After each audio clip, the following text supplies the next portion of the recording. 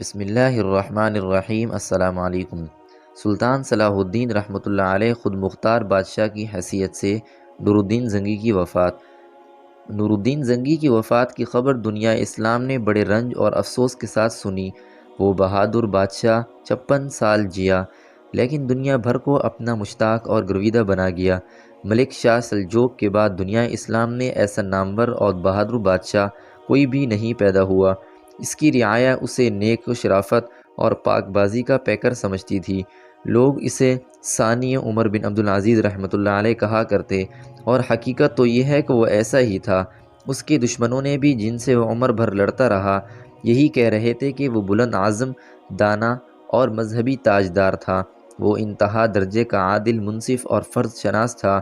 وہ رعایا کے معمولی سے معمولی استغاثے پر قاضی کی عدالت میں معمولی ملزم کی طرح حاضر ہوتا۔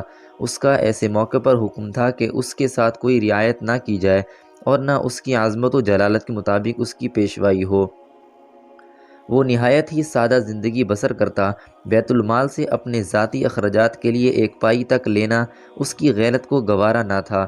اس کی چند دکانیں تھیں جن سے معمولی آمدنی ہوتی، اس پر اسی کا گزر بسر تھا۔ اس کی بیوی اگر قلت مال کی شکایت کرتی تو وہ اکثر یہی جواب دیتا، کیا کروں، میری آمدنی ہی اتنی ہے، بیت المال میرا نہیں ہے، مسلمانوں کا ہے، میں اس میں خیانت نہیں کر سکتا۔ بیت المال کی حفاظت کے لیے اس نے مضبوط قلعے بنوائے۔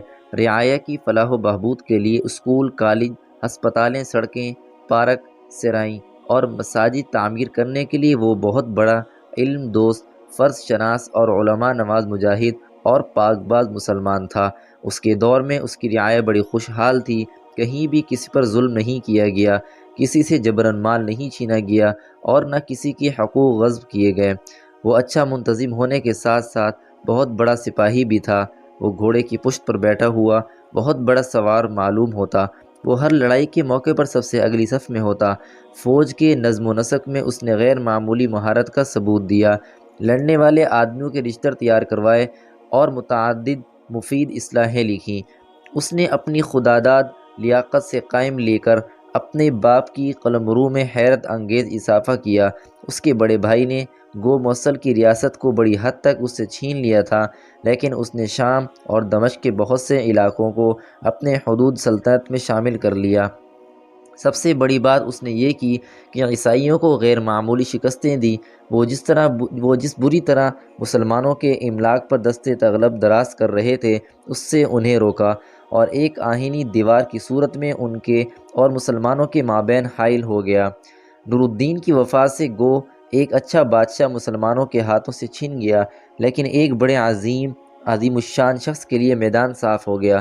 نور الدین کی وفات کے بعد اس کا نوعمر لڑکا اسماعیل الصالح برائے نام تخت پر بٹھایا گیا۔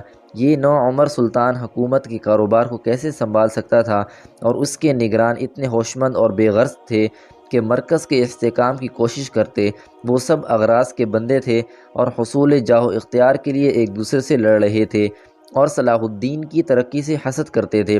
صلاح الدین رحمۃ اللہ علیہ کو اس صورتحال کے متعلق خبریں مل رہی تھیں، لیکن وہ اپنے مخدوم رادہ کے تخت پر دست درازی کرے، یہ اس کی غیرت کو گوارا نہ تھا۔ مگر حکومت کی حالت سخت خراب ہو رہی تھی۔ موصل آزاد ہو چکا تھا اور تمام سلطنت مختلف امراء میں بٹ گئی تھی۔ حجاز اور حلب کے حاکم خود مختار بن گئے تھے، اور اگر دمشق کے حالات کو بہتر بنانے پر توجہ نہ کی جاتی تو اس کے معنی یہ تھے کہ شام کی حکومت کو تباہی کے گہرے غار میں دھکیل دیا جائے اور مسلمانان شام کو خود غرض امراء کے مظالم کا آزادانہ شکار بننے دیا جائے، اور اس طرح صلیبی سورماؤں کے لیے میدان خالی چھوڑ دیا جائے۔ صلاح الدین ایوبی رحمۃ اللہ علیہ نے اس صورتحال اور دمشق کے بعض سمجھدار امراء کے کہنے سننے پر دمشق پر توجہ کی۔ الصالح کے پاس ایک سفیر بھیج کر اسے یقین دلایا کہ مصر بے وفائی نہیں کرے گا، اور اس عہد کا عملی ثبوت یہ دیا کہ الصالح کا نام سکوں پر کرندہ کرایا۔ صلاح الدین نے دمشق اور شام کے امراء کو بھی ایک سخت خط لکھا۔ اس نے لکھا، اگر نور الدین کو تم میں سے کسی پر مجھ سے زیادہ اعتماد ہوتا تو وہ مجھ سے حکومت چھین کر تم کو دے دیتا یا اس کی معیت کر جاتا۔ میں چونکہ اس کی موت کے وقت وہاں موجود نہیں تھا، اس لیے وہ مجھے اپنے بیٹے کا نگران نہ بنا سکا۔ موت نے اسے یہ مہلت ہی نہ دی۔ تم میری مخالفت کے باعث شہزادے کو تنگ کر رہے ہو۔ میں دمشق آلوں تم سب کی ایسی مزاج پرسی کروں گا کہ تم بھی کیا یاد کرو گے۔ اس خط کا خود غرض امراء پر بہت برا اثر پڑا اور بجائے شریفانہ زندگی گزارنے کے وہ کمینگی پر اتر آئے۔ انہوں نے صلاح الدین رحمۃ اللہ علیہ اور سیف الدین شاہ موصل کے ڈر سے عیسائیوں سے خط و خطابت خود شروع کر دی اور اس سے مسلمانوں کے خلاف امداد مانگی۔ انہی دنوں حلب کا حاکم الصالح کو دمشق سے اپنے ساتھ لے گیا۔ اس کے معنی یہ تھے کہ نابالغ بادشاہ کی سرپرستی کی آڑ لے کر رعایا پر ظلم کیا جائے۔ دمشق کے امراء کی خود غرضیوں کا علاج بھی یہی تھا۔ انہوں نے فوراً موصل کے بادشاہ سے اس زیادتی کی شکایت کی، مگر اس نے اس پر کوئی توجہ نہ کی۔ لاچار وہ صلاح الدین کی طرف سے، جسے وہ اپنا دشمن سمجھتے تھے، متوجہ ہوئے اور اس سے امداد کی درخواست کی۔ دوستو، امید ہے آج کی ویڈیو آپ کو اچھی لگی ہوگی۔ اگر ویڈیو اچھی لگی ہو تو لائک، کامنٹ اور شیئر کریں، اور ہمارے یوٹیوب چینل علمی وائس کو سبسکرائب کریں تاکہ نیو آنے والی ویڈیو کا نوٹیفیکیشن آپ تک بر وقت پہنچ سکے۔